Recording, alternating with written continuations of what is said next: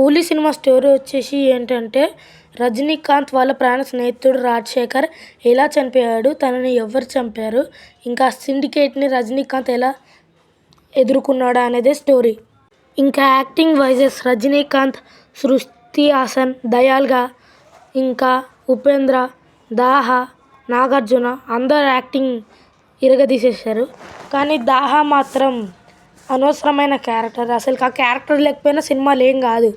ఇంకా Rajinikanth fighting సీన్స్కి super acting చేసిండు. Rajinikanth acting చెప్పాలా మనము, ఎంత బాగా చేస్తాడు. శృతి హాసన్ యాక్టింగ్ కూడా చాలా బాగుంది. ఇంకా దయాల్గా చేశాడు, అతనైతే ఇరగదీసేసిండు. Monica song, power house song, ఇంకా చికుటు సాంగ్, ఈ 3 సాంగ్స్కి థియేటర్ రెస్పాన్స్ దద్దరిల్లిపోయింది.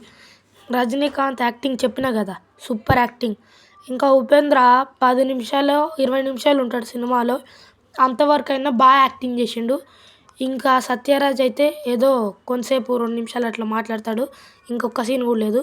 ఇంకా నాగార్జున సాయిమాన్గా యాక్టింగ్ చేసిండు, సూపర్ చేసిండు. ఇంకా ఫ్లాష్ బ్యాక్ సీన్స్కి రజనీకాంత్ యాక్టింగ్ ఉంటుంది ఉగ్రరూపం. అమీర్ ఖాన్ ఎంట్రీ కూడా సూపర్ ఉంది, కానీ అమీర్ ఖాన్ అవసరం లేడు ఈ సినిమాలో. ఇంకా మోనికా సాంగ్కి పూజా హెగ్డే డ్యాన్స్ సూపర్ వేసింది. ఇంకా క్లైమాక్స్ ట్విస్ట్ ఉంటుంది, సూపర్ ఉంటుంది. ఇంటర్వెల్ కంటే ముందు వచ్చే ట్విస్ట్, ఇంటర్వెల్ తర్వాత వచ్చే ట్విస్ట్ అయితే మైండ్ పోతుంది లోపల. సాయిమాన్గా యాక్టింగ్ చేసిండు నాగార్జున, సూపర్. తన సీన్స్కి అయితే కొంతసేపే ఉన్నా కానీ సినిమాలో సూపర్ ఉంది.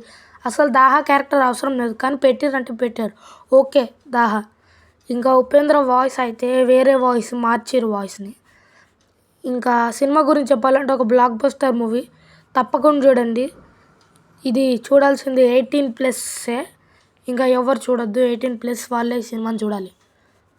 Rajinikanth dancing, fighting, walking style, ఆ బక్కోడు బీజిఎం మాత్రం సూపర్ కొట్టిండు.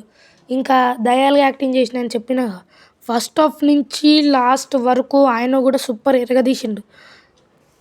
ఇంకా యాక్టింగ్ వాయిసెస్ అందరు బాగా చేసిర్రు. సినిమా వచ్చేసి ఒక బ్లాక్ బస్టర్ మూవీ, తప్పకుండా చూడండి.